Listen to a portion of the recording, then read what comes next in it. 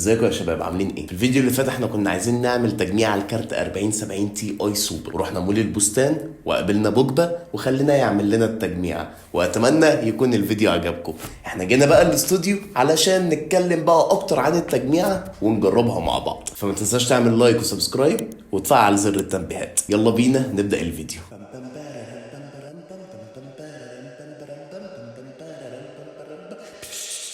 ورجعنا لكم من جديد. طبعا لو بادجت، مفيش انترو، فهي دي الانترو لحد لما نعمل انترو. فخلينا بقى ايه، نبدا نتكلم عن الكمبيوتر بتاعنا. طبعا هيكون اساس التجميعه بتاعتنا زي ما اتفقنا كده ال 4070 تي اي سوبر، تحديدا النسخه الروج ستريكس. النسخه دي جامده جدا، نسخه 16 جيجا جي دي دي ار 6 اكس، وكمان الروج ستريكس هي اعلى نسخه موجوده من الكارت ال 4070 تي اي سوبر. وفي ميزات كتيره جدا انت بتاخدها اول لما بتجيب كارت من فئه ال 40، هي اللي انت بتستفاد من الجيل الرابع من التنسور كور، والجيل الثالث من الار تي كورز، والدي ال اس اس 3 اللي بيفرق كتير جدا عن الدي ال اس اس 2. خلينا بقى نتكلم اكتر عن الكارت ده تحديدا، مش فئه ال 4000. الكارت ده انا بالنسبه لي هو اكتر كارت قيمه مقابل السعر في الكروت العاليه، لان الكارت ده بيجي بسعر تقريبا $800. ف $800 على كارت يكون موجه لحد ال 4K، وانا شايف ان الفروقات ما بينه وما بين ال 4080 مش كتير. دي صفقه مربوحه جدا، لان ال 4080 سعره عالي قوي، يعني ال 4080 تقريبا سعره $1200. ال 4070 تي اي سوبر اللي هو قريب جدا من ال 4080 سعره حوالي $800، فانت كده هتكون موفر جامد. والنسخه بقى الروج ستريكس، سيبك من الديزاين بتاعها وحجمها والار جي بي اللي موجود في الكارت،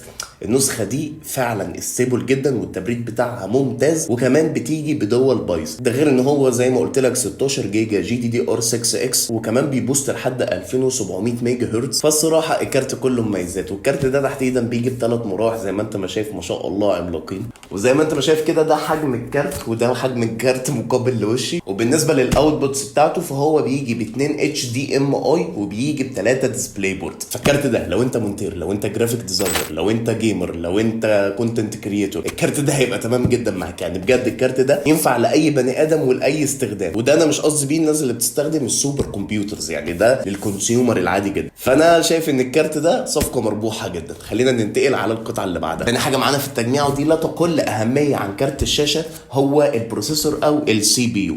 السي بي يو استخداماته في الكمبيوتر بتبقى مهمه جدا جدا جدا، فاحنا قلنا نجيب حاجه توازن الكارت. يعني ما ينفعش يبقى معانا كارت قوي ونجيب له بروسيسور قليل شويه. فاحنا اخدنا انتل كور اي 5 14600 كي اف. البروسيسور ده انا ليه اخترته؟ ما اخترتش الرايزن 5 7600 اكس مثلا. انا ما اخترتش الرايزن 5 7600 اكس علشان ال 14600 كي اف ده هيكون اعلى منه. يعني انا ببقى شايف ان ال 14600 كي اف ده اقرب حاجه للرايزن 7 7800 اكس. خلينا نتكلم اكتر عن البروسيسور وندخل في السبيكس بتاعته. بص يا سيدي، البروسيسور ده بيجي ب 14 كور و20 ثريد.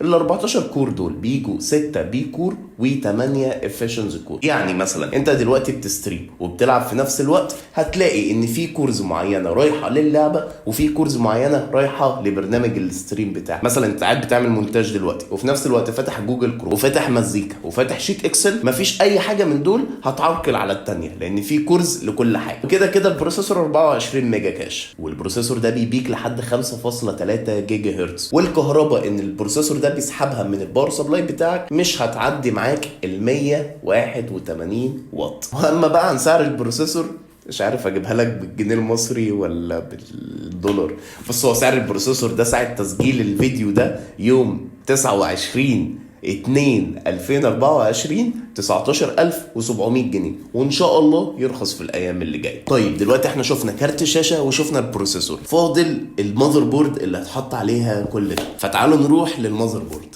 المذر بورد اللي احنا اخترناها هي زي 790 ايسوس برايم بي واي فاي، بورده دي دي ار 5 وكويسه جدا للتجميعه بتاعتنا. وبنظره سريعه عن البورده دي، فاهم الحاجات اللي موجوده في المذر بورد ان هي فيها 4 بنك رام دي دي ار 5 كده كده، و3 اماكن للام دوت 2 ان في ام اي، وفيها بي سي اي 5. وبالنسبه للفيس باور بتاعها فهو هيكفي جدا البروسيسور بتاعنا، لان هو بيجي 14+1+1 فيس باور. دي الحاجات الاساسيه اللي في البورده، اللي هو انت لما بتيجي بتشوفها البورده دي هتكون كويسه، هتكون كويسه بسبب ده وده وده. الاضافات بقى، الرفاهيات اللي موجوده في البورده حلوه جدا، لان هي بتيجي باماكن للادريسبل ار جي بي، وبتيجي بيو اس بي 3.2 جن 2 تايب سي ثاندربولت 4، والايثرنت بتاعها 2.5 جيجا بت، وكمان فيها واي فاي 6 وحاجه كمان هي ممكن تكون تافهه شويه، بس يعني الحاجه دي انا بدور عليها في البورده لما باجي بشتريها، ان هي يكون فيها في الفرونت بانل بتاعها تايب سي، والبورده دي فيها للفرونت بانل تايب سي عادي جدا الحمد لله. بالنسبه بقى لسعر البورده، سعر البورده يا صديقي دلوقتي وقت تصوير الفيديو اللي هو 29/2/2024 16,800 جنيه، وبرضه اتمنى ان سعرها ينزل في الايام اللي جايه. وبما ان البروسيسور ده بيجي من فئه الكي يعني بيكسر سرعه، فما بيجيش معاه كولر. خلينا نشوف احنا اخدنا انهي كولر. اخدنا ليكويد كولر 240 ملم من شركه كورسير، الا وهو كورسير H100 RGB.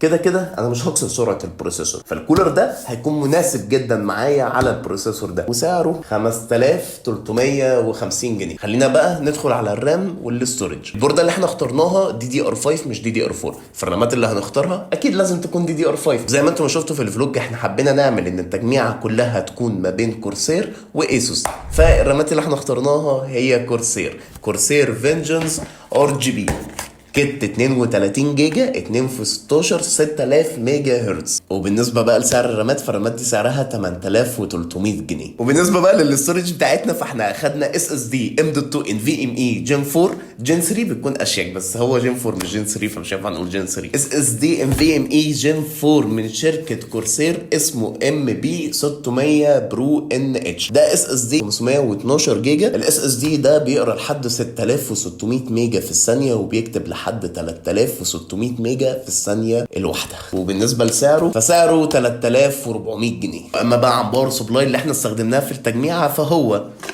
كورسير RM 750 واط. الباور ده فولي موديلر 8 بلس جولد. الباور ده جامد جدا، والريفيوز بتاعته كلها بتقول ان الباور ده اكتر حاجه قيمه مقابل سعر موجوده. وفكره ان هو فولي موديلر فده بيديني اريحيه في التكبيل بتاع الكيسه، او اللي انا اخلي شكل الكيسه في الكيبل مانجمنت كويس جدا. سعر الباور سبلاي كام؟ سعر الباور سبلاي 6950 جنيه. كده اخر حاجه بقى هي الكيس اللي هيركب فيها كل الكلام ده. احنا اخدنا كورسير 4000 دي اير فلو. كيسه من اسمها بتقول لك ان الاير فلو بتاعي هيكون كويس جدا معاك، لان هي بتيجي بوش مش، والكيسه واسعه جدا علشان التبريد يكون واخد راحته. وكمان ينفع تركب لها ليكويد كولر من فوق لحد 280، بس تكون مركب رامات لو بروفايل، او ليكويد 240 وتكون مركب الرامات اللي انت عايزها عادي. ممكن تركب من قدام ليكويد كولر لحد 360 ملم والدنيا تمام جدا معاك. والكيسه البيلد كواليتي بتاعتها متينه شويتين ثلاثه، وكمان بتيجي في الفرونت بانل بتاعتها USB 3 وتايب سي. وتايب سي في الكيسه في الفرونت بانل ده بيكون حل ممتاز جدا دلوقتي. وبالنسبه للفانات اللي بتيجي ستوك مع الكيسه دي، فالكيسه دي بيجي معاها فانتين. بالنسبه للكيبل مانجمنت اللي انت ممكن تعمله في الكيسه دي، فالكيسه بتديك اريحيه تامه للتكبيل بتاعك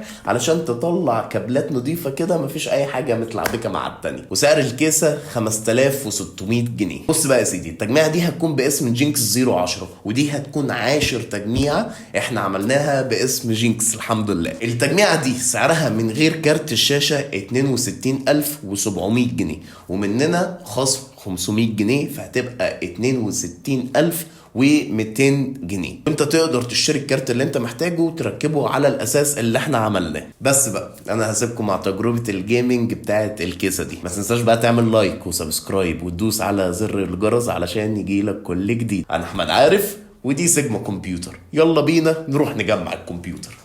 اول حاجه عايز اوريها لكم بعد لما ركبنا الكولر بتاع البروسيسور، زي ما انتم ما شايفين اهو السبيكس i5 14600 KF، درجه الحراره 31 درجه.